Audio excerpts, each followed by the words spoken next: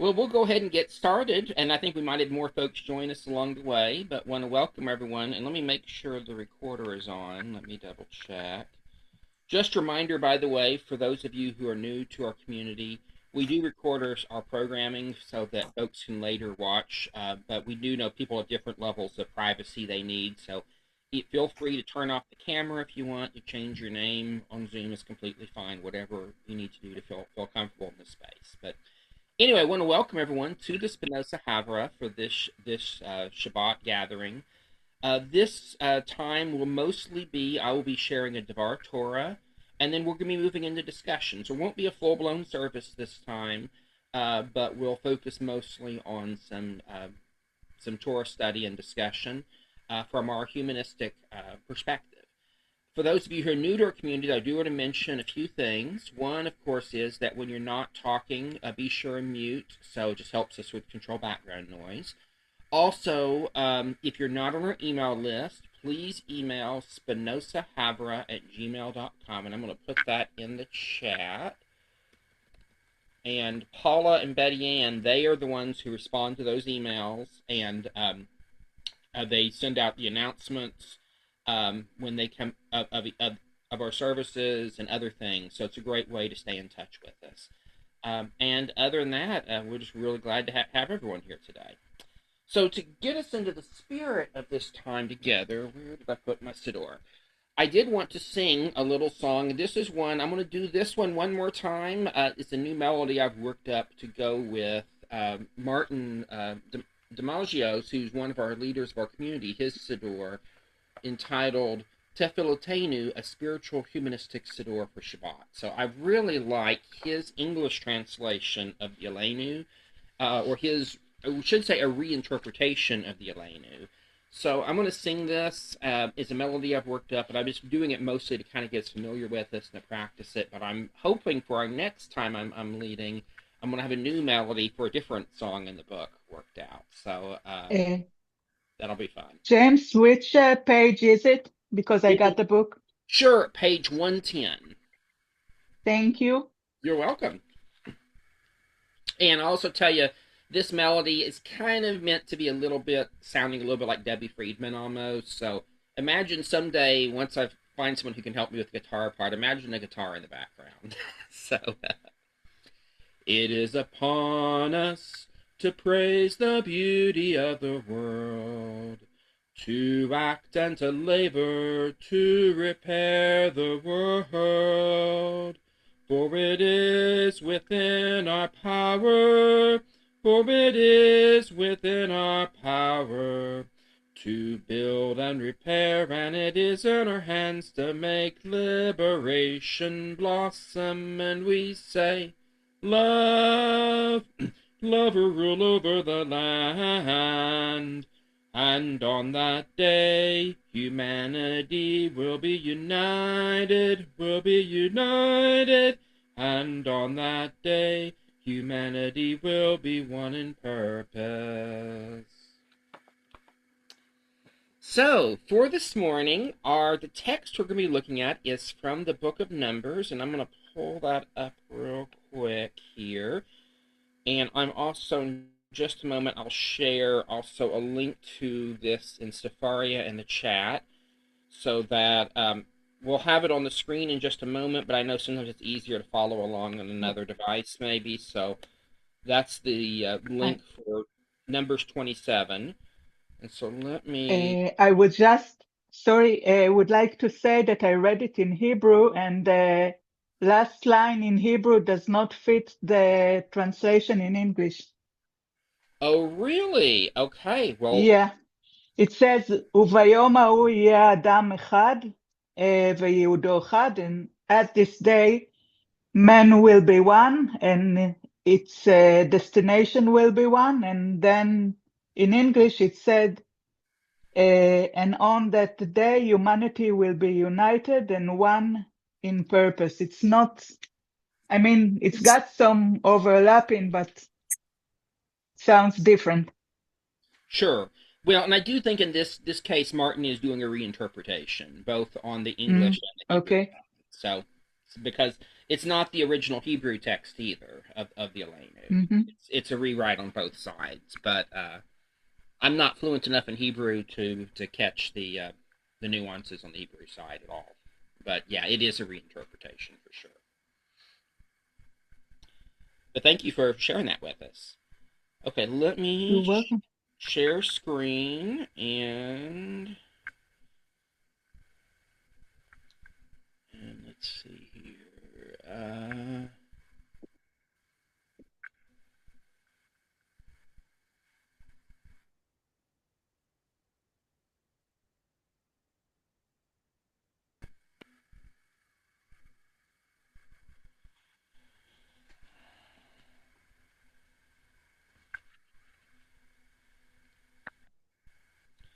don't know if you can hear me or not. My computer has locked up. Okay, sorry for a second there. My computer completely locked up. I'm sorry about that. Can y'all hear? I can still hear you. Okay, great. I don't know why my computer's going so slow all of a sudden. This is not good.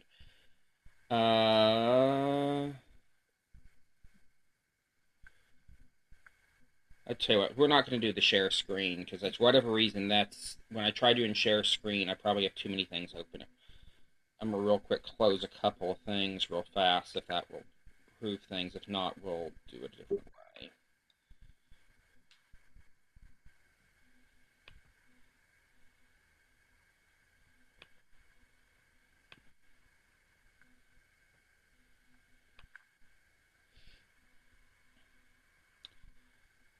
Trying one more thing real fast, just because it'd be easier if we do it with share screen so we could all read together.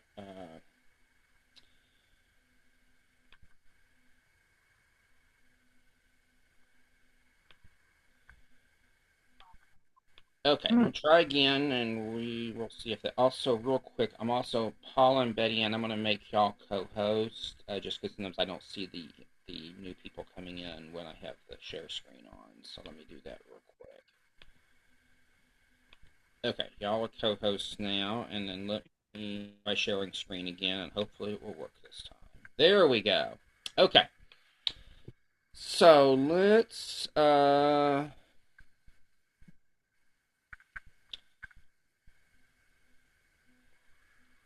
okay, here we go. So what I'd like us to do is if we could take turns reading this text, and let's say each person, let's say I'll read a couple of verses, then we'll switch to another person. So I'll read the first two verses in English, and then after that, if someone would like to unmute themselves and read the next two verses, and we'll read through the end of this part. So it begins as follows.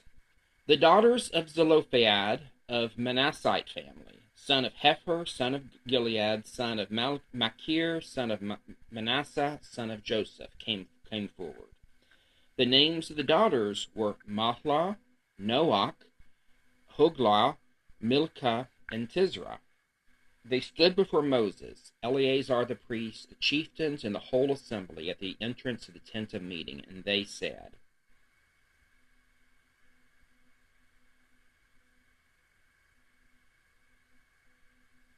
and I can see if I can make this a little bit bigger if that helps. Someone like to start reading where it says, Our father died in the wilderness. Yeah. Our father died in the wilderness. He was not one of the factions, Korah's faction, that banded together against God, but died for his own sin, and he has left no sons. Let not our father's name be lost to his clan just because he had no son. Give us a holding among our father's kinsmen.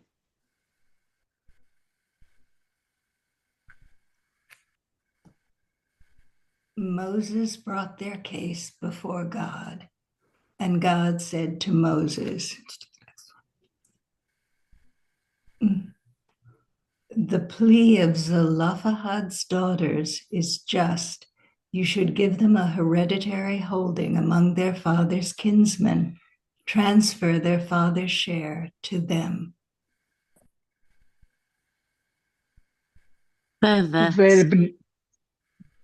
Further, speak to the Israelite people as follows. If a man dies without leaving a son, you shall transfer his property to his daughters. If he has no daughter, you shall transfer his property to his brothers. If he has no brothers, you shall assign his property to his father's brothers. If his father has no brothers, you shall assign his property to his nearest relative in his own clan, who shall inherit it. This shall be the law of procedure for the Israelites in accordance with God's commandment to Moses. Thank you, thank you. So this text is the first, this is, by the way, this is found in this week's Torah portion. But to understand this text, I want to also jump ahead a little bit further into Numbers 36, because we see these daughters of Zelophehad and this legal situation popping up again. So let's jump over there. Let's see. Sorry, this thing doesn't, there we go.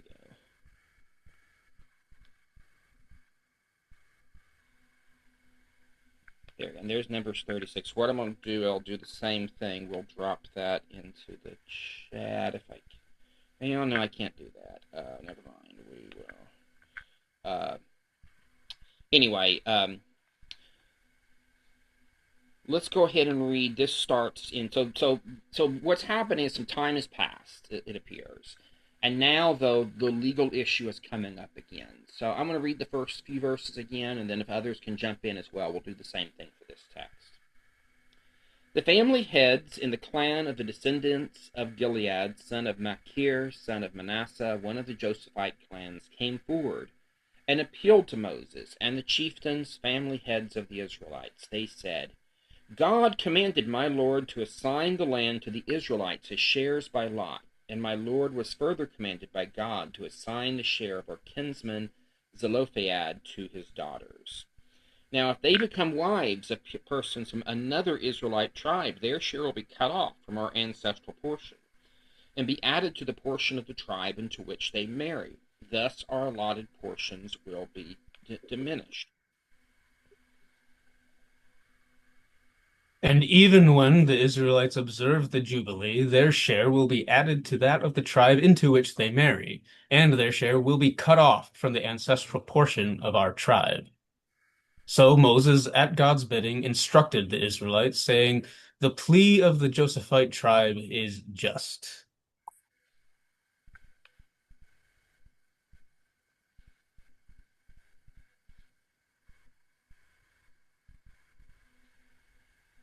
That is what God has commanded concerning the daughters of Zelophehad. They may become the wives of anyone they wish, provided they marry into a clan of their father's tribe. No inheritance of the Israelites might pass over from one tribe to another, but the Israelite heirs, each of them, must remain bound to the ancestral portion of their tribe.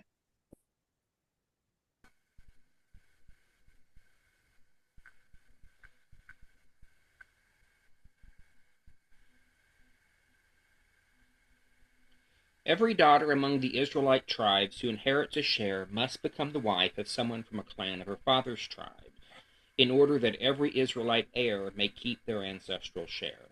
Thus no inheritance shall pass from one tribe to another, but the Israelite tribe shall remain bound each to its portion. The daughters of Zelophehad did as God had commanded Moses. Mahlah, Tisra, Huglah, Milcah, and Noach, Zelophehad's daughters, became the wives of their uncle's sons, marrying into the clans of descendants of Manasseh, son of Joseph, and so their share remained in the tribe of their father's clan.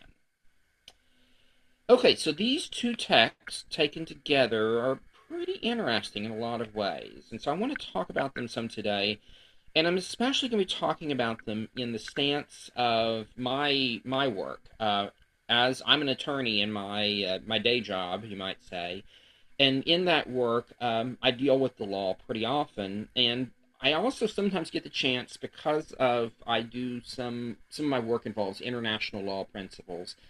I've had the chance to engage with a little bit with other legal systems, and especially to engage in some comparative stuff in an area of law called comparative law, looking at how different legal systems are structured.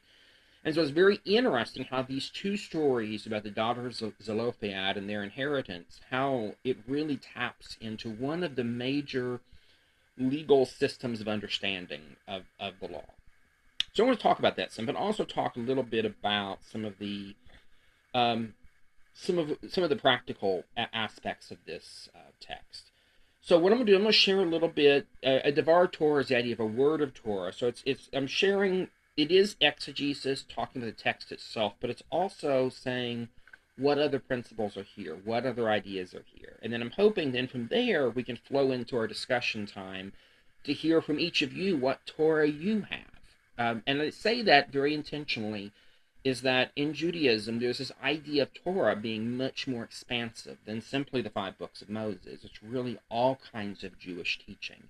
And if that's the case, then all of us have a bit to contribute to that broader Jewish teaching. So I'm really hoping to hear from each of you about what you see in this text after I share a little bit from my perspective.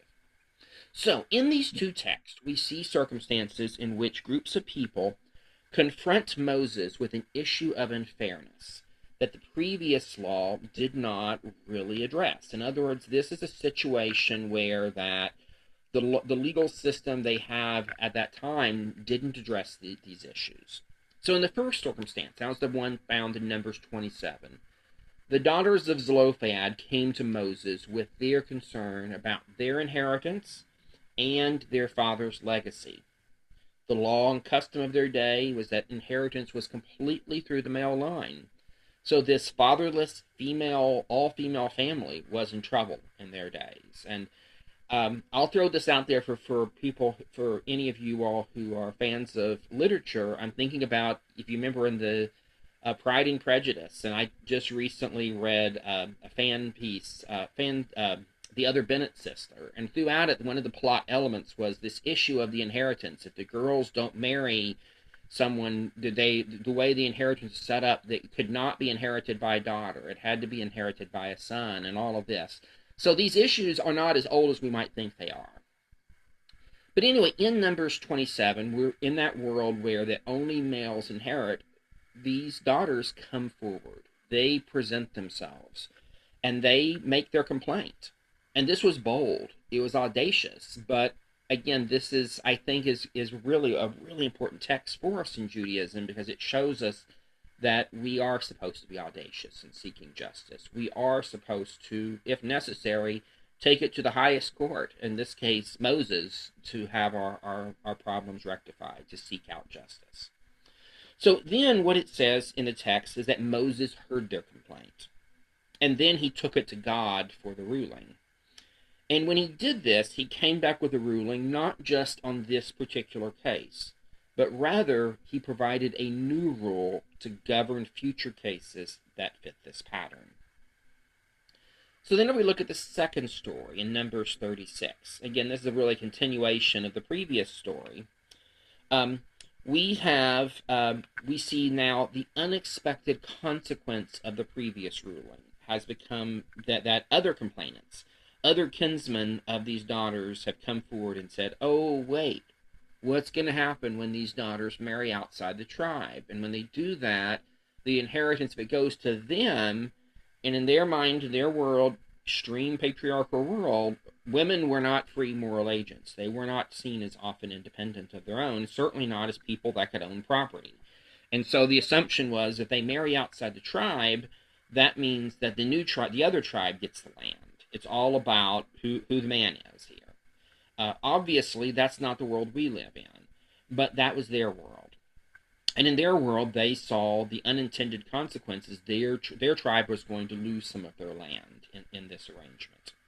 And so they brought this complaint to Moses, and then Moses brings the complaint to God, who then directs Moses to issue a clarifying ruling, not only on this immediate situation, but on future situations that match this fact pattern. And what Moses' ruling was that if a woman would inherit in this kind of situation, she can get married, but she has to marry within the tribe, in that tribe.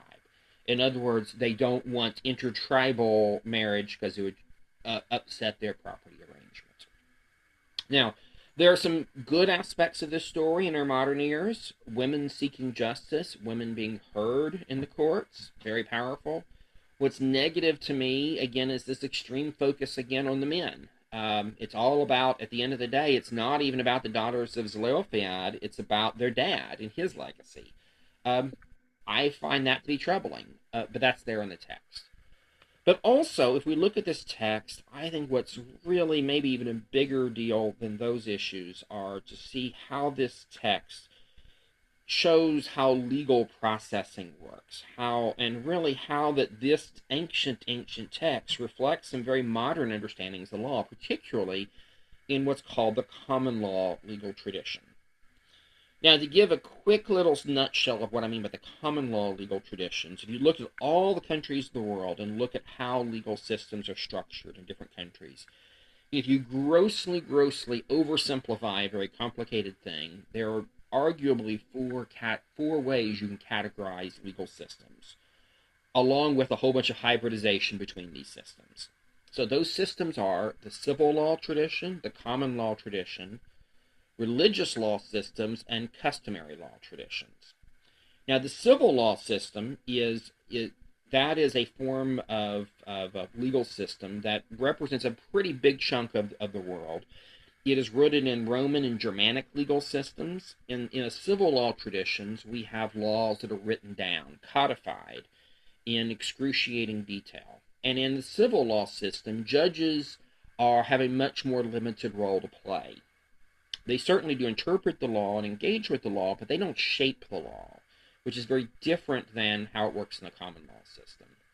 By the way, I'll mention the civil law system. A big chunk of the world, including all of continental Europe, almost all of Latin America, but also big chunks of Africa and Asia, have the civil law system. Also, the civil law system is hybridized in many places. So here in the United States, the state of Louisiana uses a hybrid system, mostly common law, but some civil law. Quebec in Canada does the same thing. Also in the United Kingdom, Scotland is an example of a hybrid jurisdiction, using some civil law principles with common law. I think Nigeria is in that category. I'm pretty sure India, South Africa. So a lot of countries that have their roots. I'm sorry, I'm jumping out too much. Anyway, the strike that about South Africa and India. That's a little too complicated.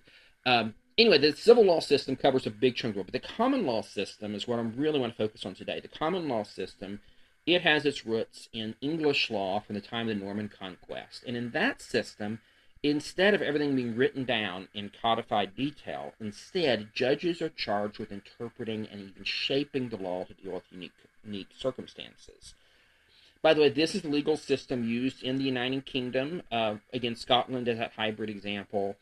But also many other countries that either are part of the British Commonwealth or are currently part of the British Commonwealth or were previously colonies of Britain.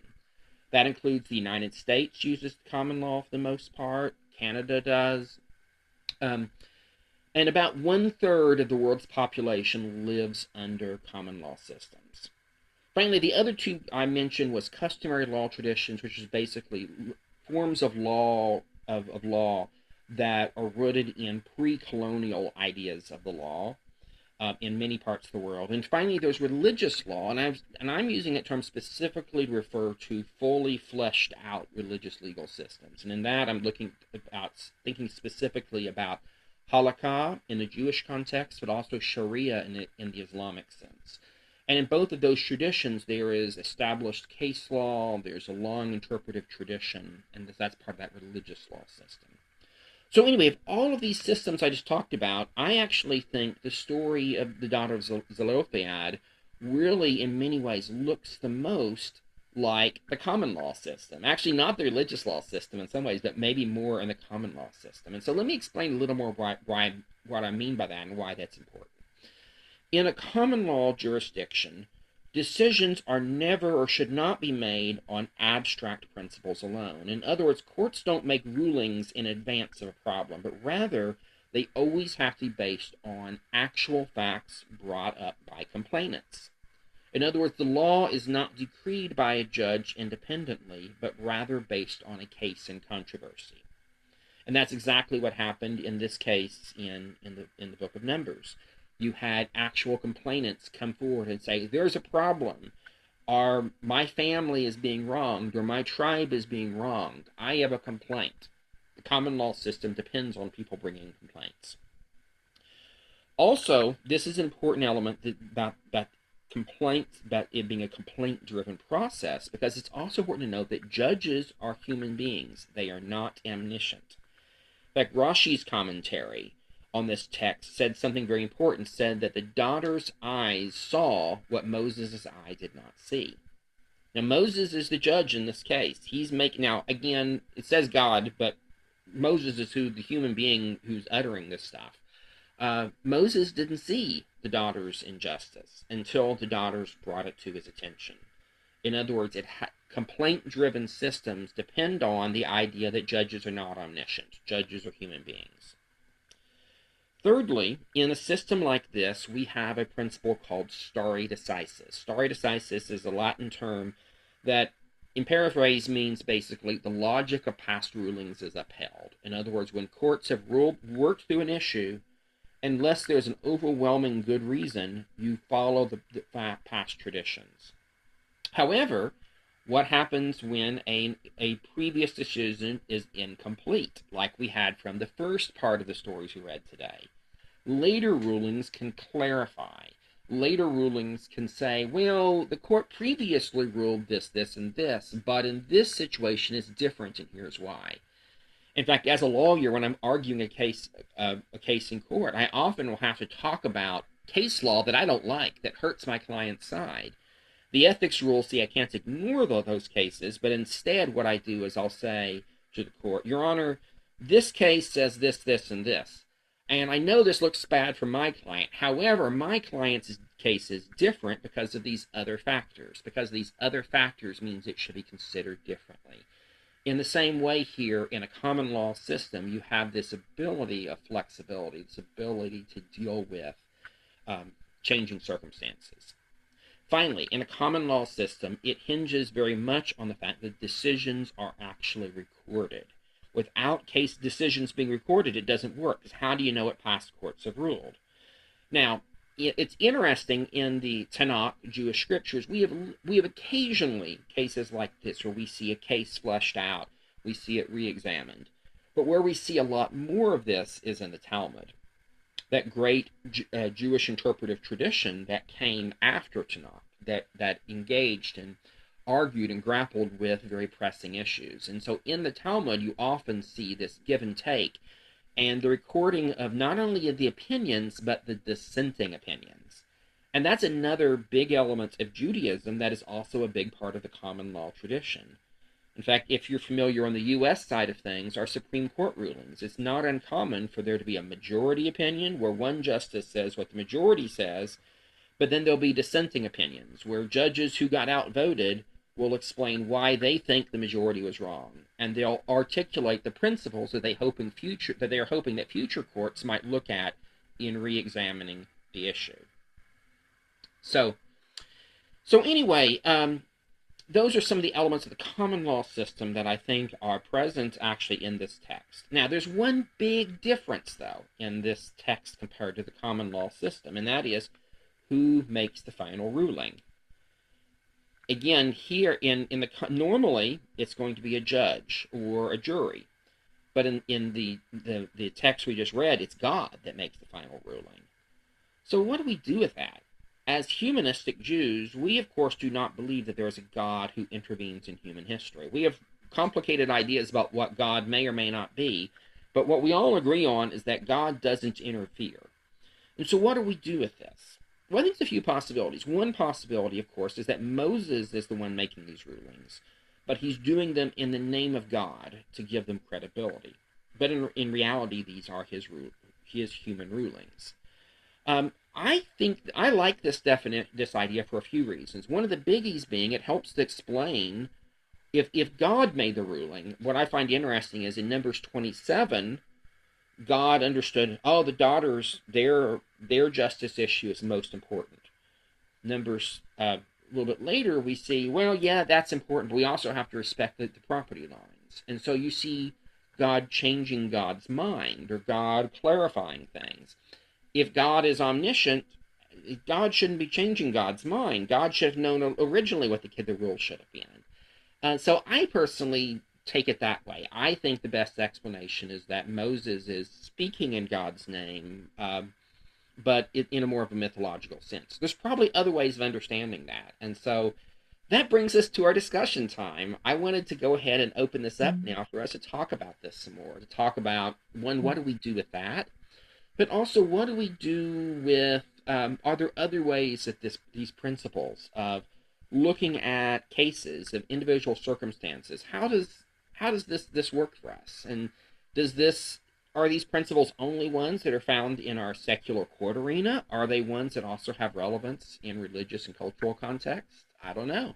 So let's go ahead and open up some conversation. If you'd like to unmute yourself, go for it. Yeah. You can use raise hand, whatever you'd like, but we'll move into some discussion time. And delete.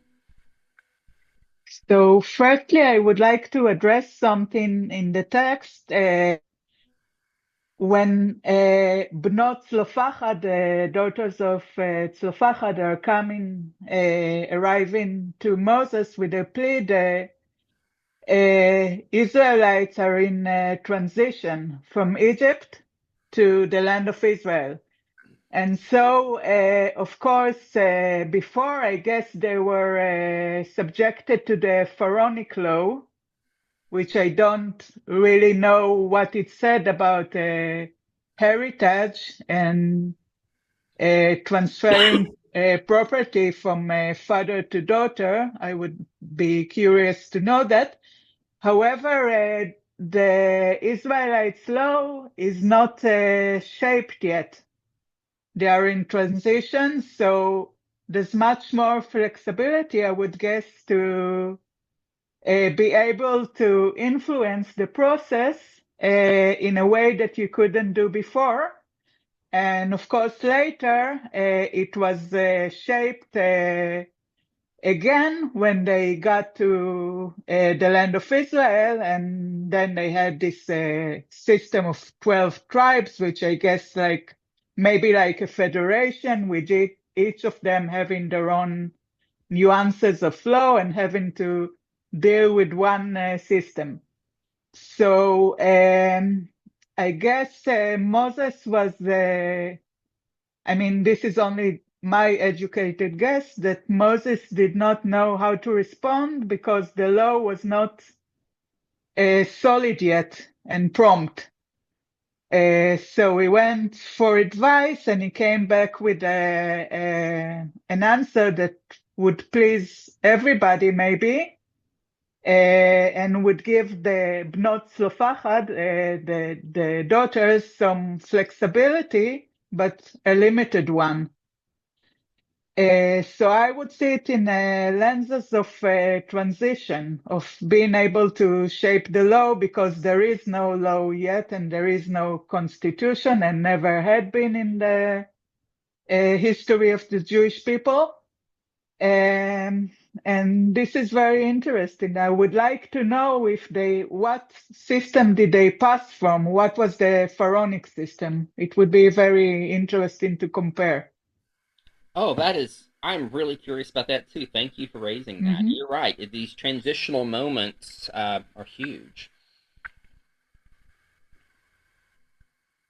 I would say, as far as the Jews were concerned, they probably didn't own anything in Egypt, so they wouldn't, as a group, they wouldn't be dealing with this. But of course, there were laws for everyone else in Egypt, and they might have looked to those laws. So it would be interesting to know what they were. Another thing that, strikes me, this is not directly related to this. I mean, what I liked about this is that women get a limited amount of, in other words, they actually contemplated that women would inherit, although they envisioned that they would marry and then there would be a guy, actually doing the inheriting. But where did the idea of only the firstborn son gets all the inheritance? When that doesn't relate to this, but it seemed to be common in some places of the world and very, problematic, I would think, for everyone else in the family. But just sort of curious where that list, that may not have anything to do with the ancient world or not. I don't know, but where does that apply? Well, one thing that's interesting, it seems like Torah itself, the 5 books, often critiques that. often points out examples of how inheritance only for the firstborn is, or even favoring the firstborn is problematic. Of course, we Jacob and Esau's story, but also something about not just in Torah, but really in Tanakh, David, the youngest, being the one who's picked to be the king.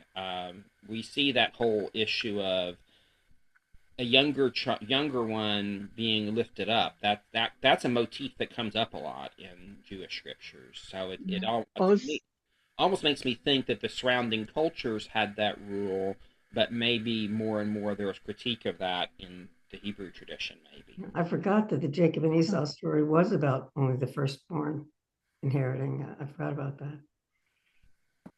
Also, by the way, not Jacob, sorry, Joseph and Benjamin were also not the firstborn as far as I can remember. Mm-hmm. And they were praised by their father Mm-hmm. and being held more important than other sons or daughters. Speaking of Joseph, I was just wondering how instrumental he may have been in the development of any laws that would have been directly applicable to Jews in his day when they were given their land allotments under the friendly Pharaoh, if Joseph may have been helpful in developing the laws to make sure they were treated well initially. Obviously, you know how it ended up later, generations later, but that could have been helpful for them in getting established. Absolutely. And it's interesting. I'm glad you mentioned that, because at that point in time, the Hebrews would have been owning property. They at least for a time would have been, even if they later were dispossessed, at that time they were property owners. They would have had some kind of rights in the Egyptian system. So Yeah, they were given the shepherding lands because the Egyptians thought that was like beneath them, right? They despised the shepherds, so they were given those fields. yeah, that's super interesting. Als- Also, Joseph had lots of influence on the Pharaoh. Mm-hmm. So I guess he might have had influence also in the legal system. However, I'm not sure how did this system operate, because I'm missing lots of knowledge about all the Egypt, the pharaonic Egypt. Maybe it was more flexible, or maybe they consider it as a foreign interference. I haven't got any clue about it. Mm-hmm. One of the things, oh, Judith has hand up. I went on the internet while we're talking, and this is an AI summary, so I don't know how accurate it is, but for what it's worth, ancient Egyptian inheritance relied on division of parental property among all children. Daughters and sons had equal rights to inherit immovable and movable property. Wills and living testaments were widely used to something distribution, and eldest daughters frequently administered estates for underage siblings, for what it's worth. So that presents an interesting possibility. Thank you so much for finding that, Judith. So I'm going to throw out one possibility, which is we know from there's a lot of controversy as far as whether the Exodus actually happened in historical time or not, or whether it's mythology. And so I actually try to engage with these texts from the standpoint of believing that they probably did happen in some way, just not exactly how it's told. But playing for a moment with the idea that maybe it didn't happen, that maybe that the and one of the arguments for it, whether the arguments go both ways. One of the arguments for it being that it happened are that the Levites in the story, including Moses, all have Egyptian-derived names, while the others of the Hebrews generally do not. They have names that would have origins that would look more Canaanite. And so I'm wondering if it might be possible that maybe we're seeing two textual traditions coming together, two oral traditions, and one might be, maybe I'm now curious with the Canaanites. What did the Canaanites do with inheritance? And maybe they did things male only. Maybe the Egyptians were more egalitarian, and so maybe we have, I mean, there's a few possibilities. One is that the story did literally happen in some way, but the daughters of Zelophehad are actually calling the justice that they knew about in Egypt. They're referring to that. Yeah, exactly. Mm-hmm. And maybe they're pushing back against maybe a Canaanite norm that the Hebrews were doing at the time of the male line. I don't know. Boy, this is great. I'm enjoying our conversation today. It's really opening up lots of more avenues to study more. So this is good stuff. Yeah, it sounds like they had some kind of confidence, since maybe, I don't know, the Hebrews were slaves in Egypt, so I'm not sure about their rights, the human rights there, but maybe they had some more confidence to come and plea, because they were used to the old system. However, I'm thinking about some of the Canaanites, like the Phoenicians. They were also quite progressive in their laws and in the way they handled their surrounding and so on. So I'm not sure which tradition exactly this did Moses refer to. And why did I had to make a change that was not good for everybody, exactly in the stage in which they are forming, and they should have everybody on their side, because this is a divisive decision. If you came from a system that respect women as heir to their father, and suddenly you preventing them to do so, it's very divisive. It's a problem. Mm-hmm. It seemed like they were making a case for tribal integrity, like they were. Her concern was that the tribe be, united, and so that was the first consideration, that the tribe stay a tribe. Yeah. I don't know why exactly, but I'm thinking that's why they made this particular decision, that it was important to them to have the tribe be in charge of their own affairs and not have it bleed out into other tribes. Although I don't understand why there were tribal rivalry, but one other thing that's kind of along those lines that's important, and it's mentioned in one place in the text, talks about, well, what will happen when the year of Jubilee comes? And that was a time. So the idea was that in between these 50-year cycles of years of Jubilee, often people did have to sell their land or lease out their land to someone else to survive. They could not afford to keep their land. But at the Jubilee year, what was supposed to happen was the land would then go back to whoever the ancestral owners were. And so it goes back to that tribal integrity thing. And so the fear was that, well, if there's actual inheritance, not just the temporary lands. So basically, another way of putting it from a legal property law standpoint is that in ancient Israel, at least how Tanakh says it's supposed to happen, how the written stuff in the Bible says it's supposed to happen, is that when you sell a piece of land in the land of Israel, you're really only selling the rights to use the land until the next year of Jubilee. You don't really own it. You own an interest of a land that expires at a certain point. And we don't do that as much today, but we do sometimes. Sometimes you'll see people, for instance, may deed a property to, well, a really common scenario is someone in an inheritance situation. They might say, I want my property to go to my spouse, and as long as they're alive. But after they pass on, we want all the property to go to the kids. In other words, that creates what we call a life estate in a property. You own it as long as you're alive. In a similar way, in this year of Jubilee concept, no one really owned the land. You owned temporary ownership. But the concern was, I think, what this text is saying is that, well, if you actually have an inheritance, it's not a sale, but it's an inheritance, does that change the tribal boundaries? does that change what happens at the year of Jubilee? And that was their concern. Now, to add a layer of complexity to the issue, we have no historical record the year of Jubilee was ever actually followed, those rules. We hear them talk about it a lot in Tanakh. We hear later talk about it in Talmud, but there's no evidence it was actually ever done. So that's a whole other wrinkle to the story. We don't know if just because it didn't get written down or if it really never was done. And this is, it gets interesting.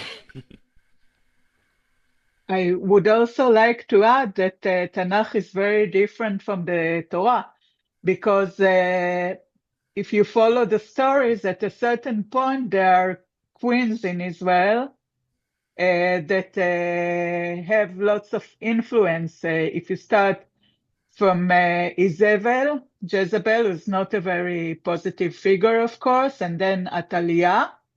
And then if you go beyond Tanakh, you have Shlom Zion and Berniki, who was one of the last queens before the Romans have destroyed the Jewish sovereignty. And if you get to the first Zionist Congress on 1897, they have restored the women's right. They have, from the beginning, it was agreed between all of the participants that women will have any right as men, including voting. So they never had to fight for the right to vote, like in the US or Canada or any other story.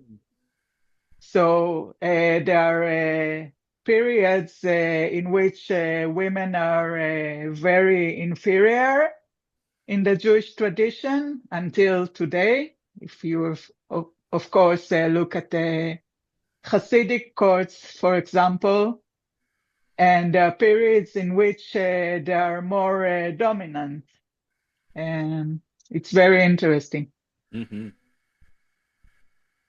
Yeah, I think that's kind of how what you were just saying, that it kind of is how I was hearing it. Because when we were reading it, I was thinking it kind of raises the idea that we don't get justice for everybody unless everybody's represented. And they kind of came along and said, "Hey, you don't see us, and you don't see what it's like for us." And then it brought along the justice. That's kind of how I was thinking of it as well.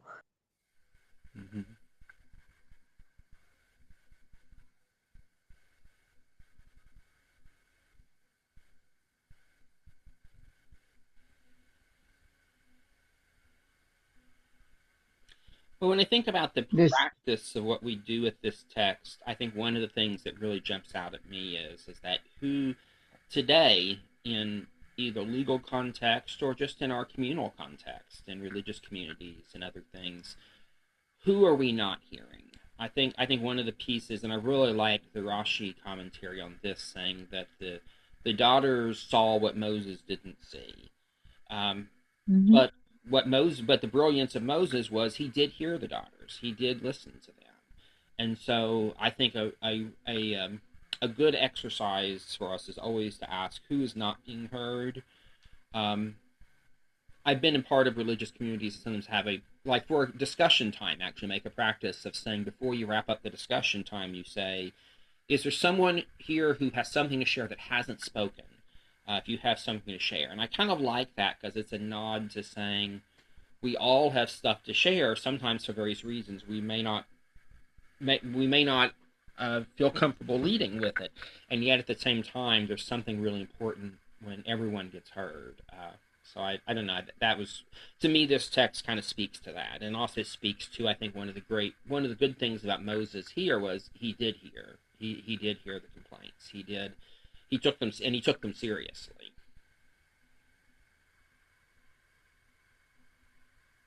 Yeah, there's also this thing in Judaism about, for example, people with disabilities.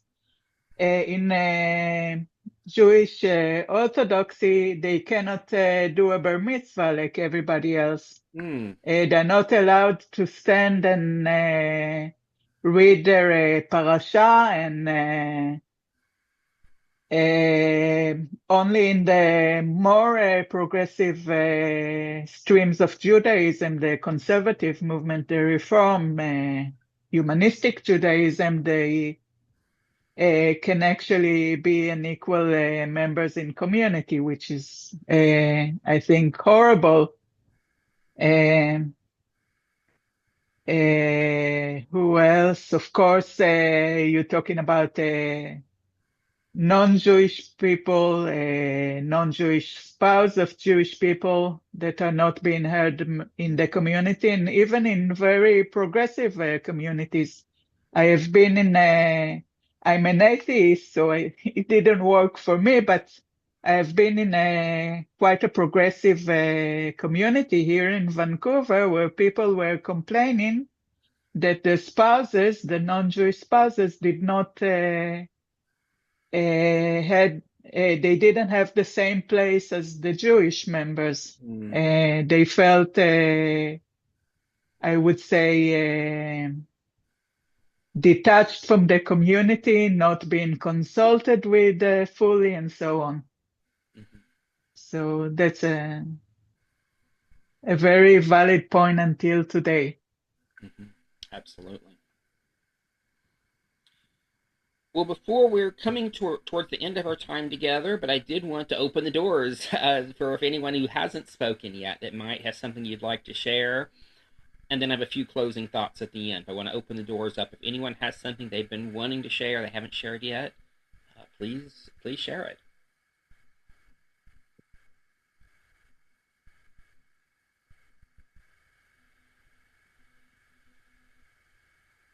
I could just share one aspect of comfort that I've found from this week's Parsha, both from this story and the earlier with Pinchas himself, just in how God seems to judge and facilitate judgments for humanity according to the nuances of the circumstances and context of those people's behaviors. So it might seem, and it might cause some discomfort to some of us sometimes when it seems like God is rewarding some people and punishing others for the same types of behavior.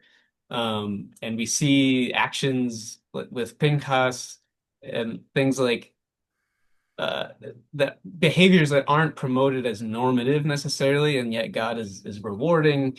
But I see that as comforting because it's God seeing us in our context and judging according to each person's heart, right? And like with David too, seeing the heart and not judging on the outside. And to me, on the surface, it might be like a little disjarring because we're used to this world that almost treats life as this cold machine of cause and effect, but God's not like that. And even though we might expect him to be sometimes, I think it's very comforting that he's not. Thank you.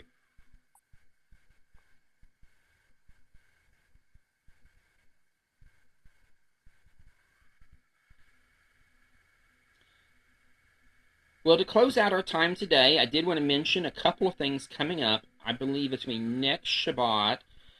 Martin is going to be leading a special Pride service. So come for that. It should be a great service. And then in 2 weeks from today, I'm really excited.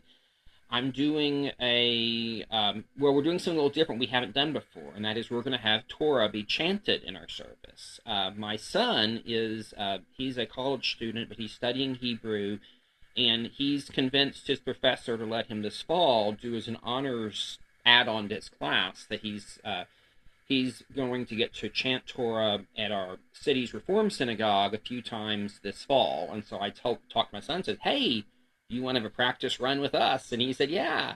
So that said, it's going to be recorded. I was hoping he'd get to do it live. Unfortunately, he has to work that morning at camp he's involved with. So he's going to be recording it for us, but very excited about that. And then we'll have a Devar Torah afterwards on the text. So I'm really looking forward to that. Should be a great Shabbat service. So, and we're probably going to add some of the liturgy we have, at least I haven't used before here, for being called up for Torah reading and whatnot. I think we're going to use some of that from Martin's Siddur for that service in particular. So that should be a fun one. So anyway, and just a reminder, if you're not on the email list, email us at spinozahavurah@gmail.com.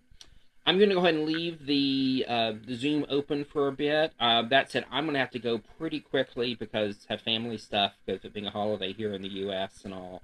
But it's great seeing everyone, and and again, I'll make actually I'll make Paul and Betty and I'll make y'all hosts so that y'all can close it whenever you need to. But it was great. Actually, let me turn off the recorder first before I do that. We can stay a little longer if people want to chat.